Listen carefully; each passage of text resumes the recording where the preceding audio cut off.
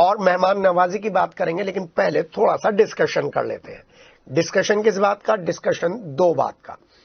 हम आपको बता रहे हैं कि हमारी जो सिटी हलचल की टीम है वो आपके इनपुट पर काम करती है, और आपने देखा है ना किस तरीके से जैसे ही हमने टीम बदली है उसके बाद एमडीए, नगर निगम और दूसरे डिपार्टमेंट की लगातार वो खबरें आपके पास आ रही हैं जो खबरें अमूमन दब जाती थी, जिनका जिक्र नहीं होता था या जो कहीं और की खबरें होती थी। लेकिन अब हमने काम करने के लिए कुछ नई टीम में लोग रखे हैं, तो उन नए लोगों का जो इनपुट है वो आपके साथ शेयर कर रहे हैं, और फिर बात करेंगे मेहमान नवाजी की।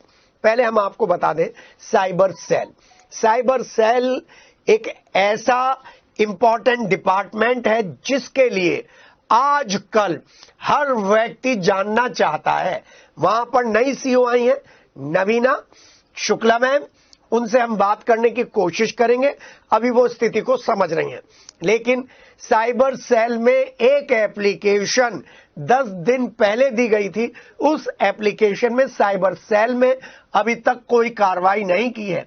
मेरठ का एक पुराना न्यूज़पेपर है, उस न्यूज़पेपर के जो मालिक थे उनकी डेथ हो गई है। उनकी पत्नी उस न्यूज़पेपर को देखभाल करने के लिए आगे आई थी, और उनके पास उससे रिलेटेड डिटेल बहुत कम थी। लेकिन जब किसी पड़ोसी ने उनको फोन किया कि भाई साहब के अखबार में इस तरीके के अश्लील फोटो डाले जा रहे हैं, तो इसके बाद मैं खुद गया। वो मैडम भी थी और 2-3 पत्रकार और थे। हमें सीओ साइबर सेल ने आश्वस्त किया था हम इस पर तुरंत कार्रवाई करेंगे, लेकिन उस दिन से लेकर आज तक लगातार अश्लील फोटो डाले जा रहे हैं। लेकिन साइबर सेल शायद नए साल की मस्ती में मस्त है, क्योंकि किसी भी तरीके से नारी की अस्मिता के साथ खेलने वाले लोगों को आप ढील देते हैं तो फिर सवाल बनता है, खबर बनती है। दूसरी इंपॉर्टेंट बात, बीजेपी को कोई नुकसान नहीं पहुंचाएगा। बीजेपी को बीजेपी के ही कार्यकर्ता नुकसान पहुंचाएंगे, ये मैं आपको बताने जा रहा हूं। मैं बीएचयू की घटना बता रहा हूं जो 55 दिन पहले की है, जिसमें अभी बीएचयू प्रशासन ने गिरफ्तारी की है रेप के मामले में। जी हां, मालूम है ना सबको ये घटना। इसलिए जो यहाँ के सीनियर मोस्ट लीडर्स हैं उनसे मेरी रिक्वेस्ट है कि ये जो बीजेपी के छुट भैया नेता हैं जो एक डिपार्टमेंट से दूसरे डिपार्टमेंट में सेटिंग के लिए घूमते रहते हैं, प्लीज उन पर चेक लगाइए। मैं आरटीओ की बात बता रहा हूं। आरटीओ में एक ऐसा ही गिरोह 3 लोगों का सक्रिय है जो इस तरीके का काम करता है और सत्ता की धमक दिखाता है। यही मुझे वहां के बाबू और अधिकारियों ने बताया कि अगर हम इनके खिलाफ कुछ बोलते हैं तो ये हमें सत्ता की धमकी देते हैं, लेकिन अपना नाम ना बोलने की शर्त पर उन्होंने हमें बताया है। ये जो 3 लोग हैं, मुझे उनका 3 नाम मालूम है और मेरे पास लोगों का वर्जन भी है।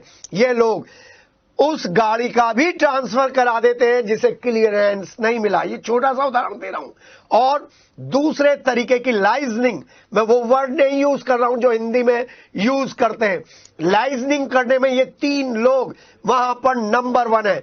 जिस दिन हमारे सामने कोई ऐसा बहादुर ऑफिसर और अधिकारी आ गया तो हम जरूर इन तीनों का नाम आपके सामने रखेंगे, क्योंकि हमारी कोशिश है कि योगी सरकार को बदनाम करने वाले जितने भी काम हैं उन सब पर उंगली उठाई जाए, उन सबको चेक किया जाए। हाँ, यहाँ के नगरायुक्त साहब शायद दौरे पर नहीं निकलते हैं, तभी तो रेखा ठाकुर द्वारा उठाई गई बात को उन्होंने नजरअंदाज कर दिया था और पूरी बोर्ड की बैठक फिर तब्दील हो गई हंगामे में।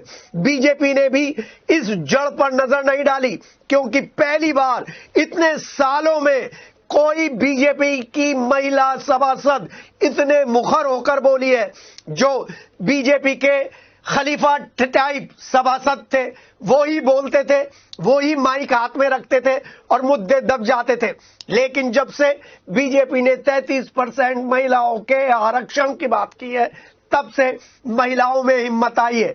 रेखा ठाकुर जो है और उनके साथ वार्ड 9 की जो सभासद हैं सोनकर मैडम, उन दोनों ने जिस तरीके से मोर्चा उठाकर उस अधिकारी के खिलाफ आवाज उठाई थी जो क्षेत्रों में भेदभाव करता है, उसको विपक्षी पार्टी को भी और सत्ता पक्ष की पार्टी को भी बड़े पॉजिटिव वे में लेना चाहिए था, क्योंकि ये मामला टैक्स कलेक्शन का है, ये मामला रेवेन्यू का है। और जब जब बैठक होती है, समीक्षा बैठक, तब तब कमिश्नर सेल्वा कुमारी जे इस तरीके के रिकॉर्डों को मांगती हैं, जिसमें पता चलता है कि नगर निगम सबसे पीछे है टैक्स कलेक्शन में।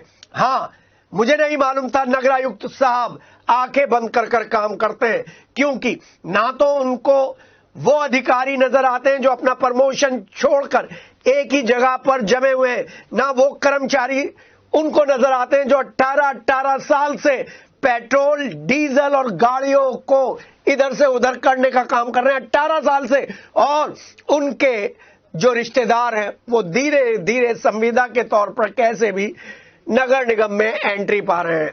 नगरायुक्त साहब, आपसे बहुत उम्मीद थी कि आप इस नेक्सस की कमर तोड़ेंगे। हाँ, बीजेपी के वो लोग भी हमारे सामने नहीं आ रहे जो अपने हिसाब से हमें खबरें देते हैं अपने विरोधियों के खिलाफ, वो भी अब चुप बैठे। लेकिन मैं मेयर हरिकांत अहलूवालिया को धन्यवाद देना चाहूंगा, जिन्होंने हमें आश्वस्त किया है कि ऐसे अधिकारियों के खिलाफ कार्रवाई की जाएगी।